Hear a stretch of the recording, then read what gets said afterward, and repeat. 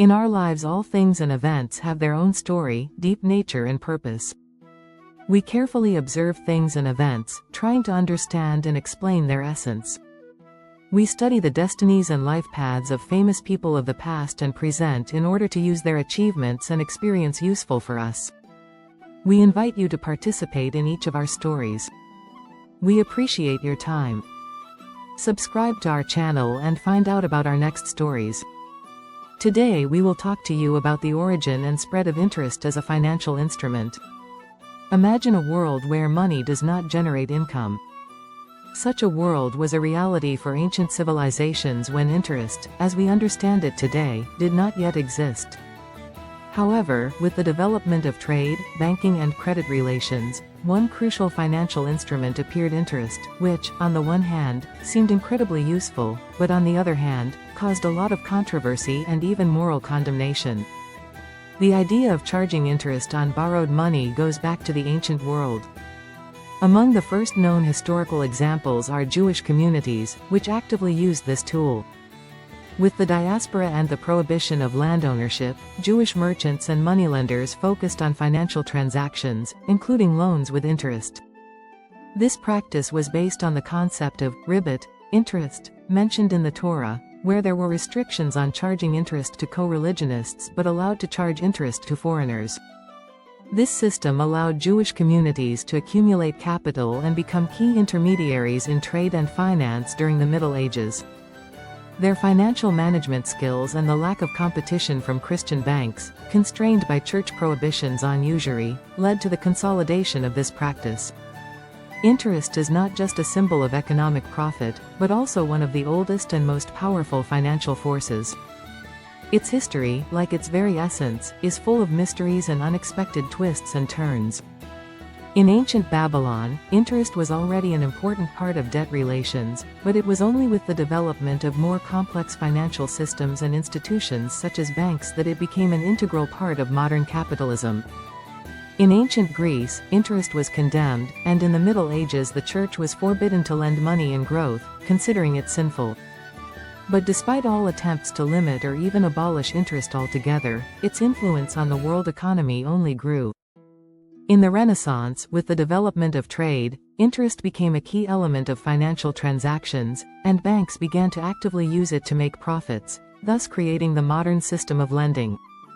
So why did this financial instrument, long considered unethical, become so firmly embedded in the economy and become the basis for the modern financial world? This is not just the story of how interest helped earn money.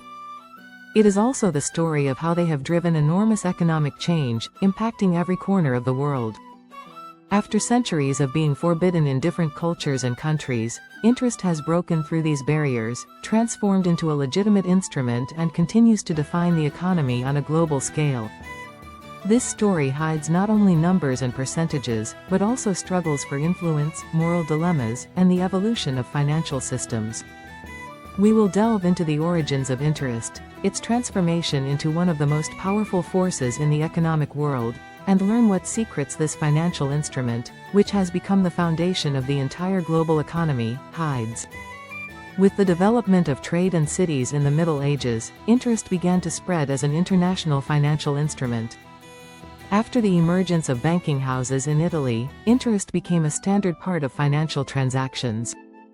Italian bankers introduced lending practices where charging interest was presented as a payment for risk and use of capital. Among the first known Italian banks are the following three. Banca Monte dei Paschi di Siena was founded in 1472. The bank was founded in Siena, Italy as a charitable organization to help the poor. It is one of the oldest banks in the world and still exists today. Medici Bank was founded in 1397. Founded in 1397 in Florence, Italy, the bank was owned by the famous Medici dynasty, which became an important financial force in Europe. The first head of the bank, Giovanni di Bicci de' Medici, was the founder of the Medici banking house.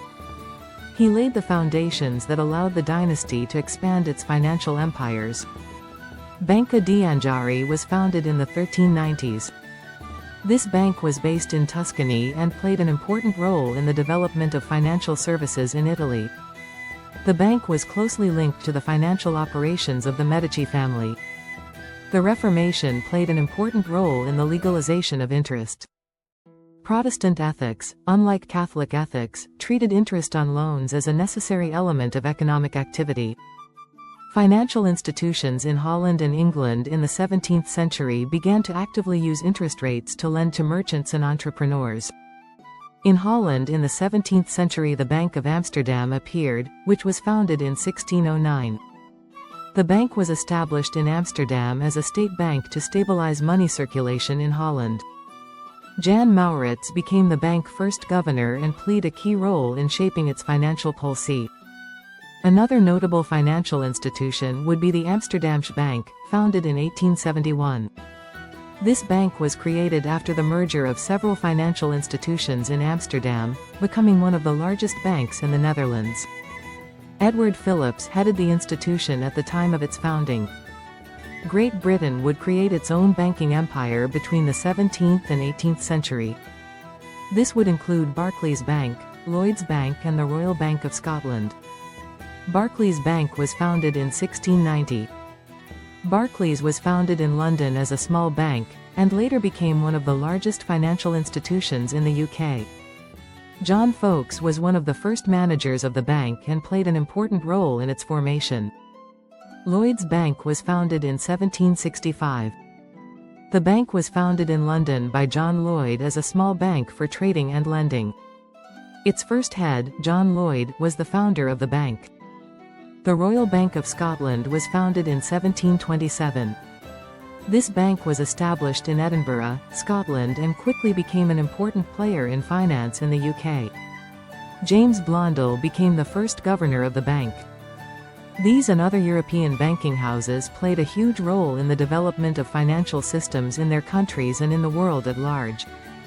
Through their activities, they stabilized economies, lent to commerce and industry, and laid the foundation for the wider spread of banking services around the world.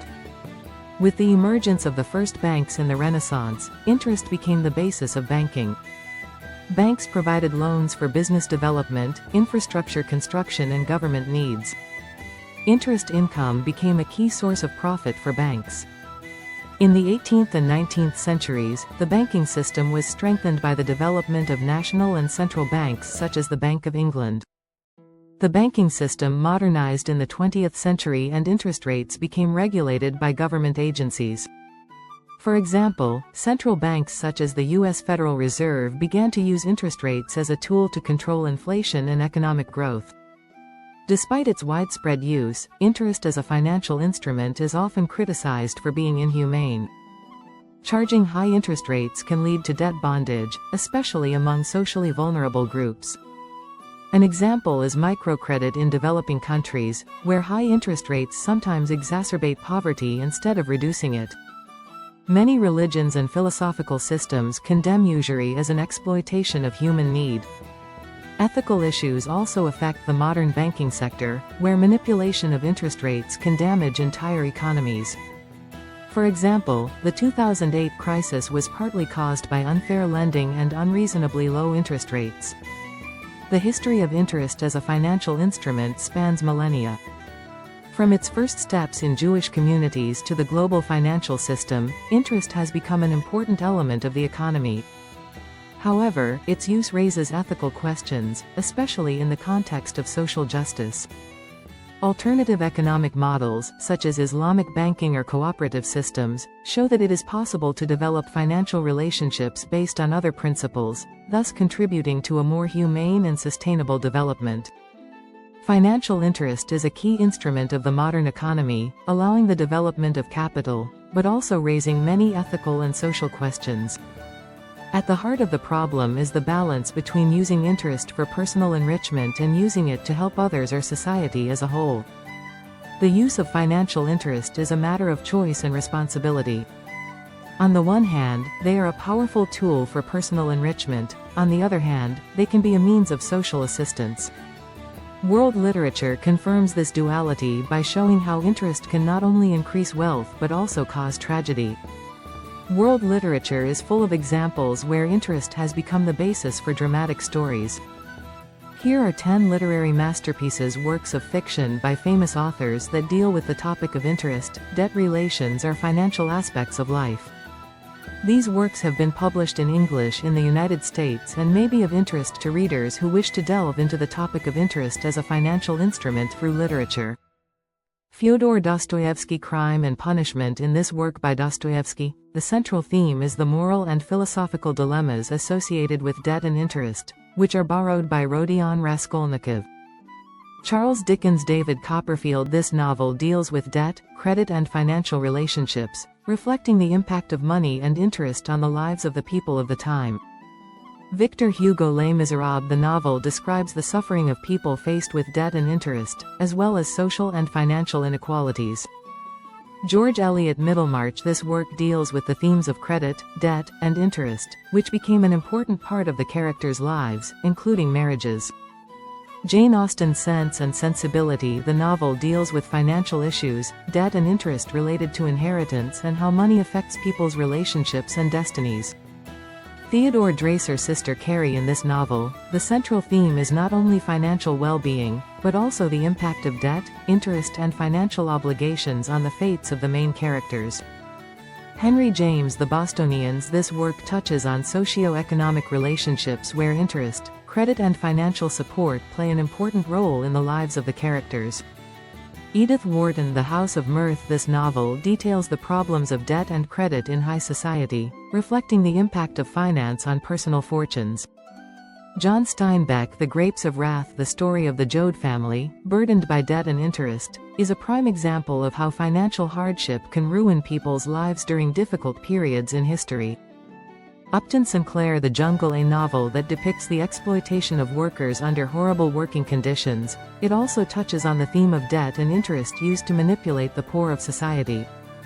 These works of fiction not only explore financial relationships, but also delve into the deep moral, social and philosophical issues surrounding debt, interest and its impact on human life. Thank you for watching this video. Share your thoughts in the comments about how you feel about banks and bank owners. What other useful things, events or famous personalities of the past and present interest you? Don't forget to subscribe to our channel.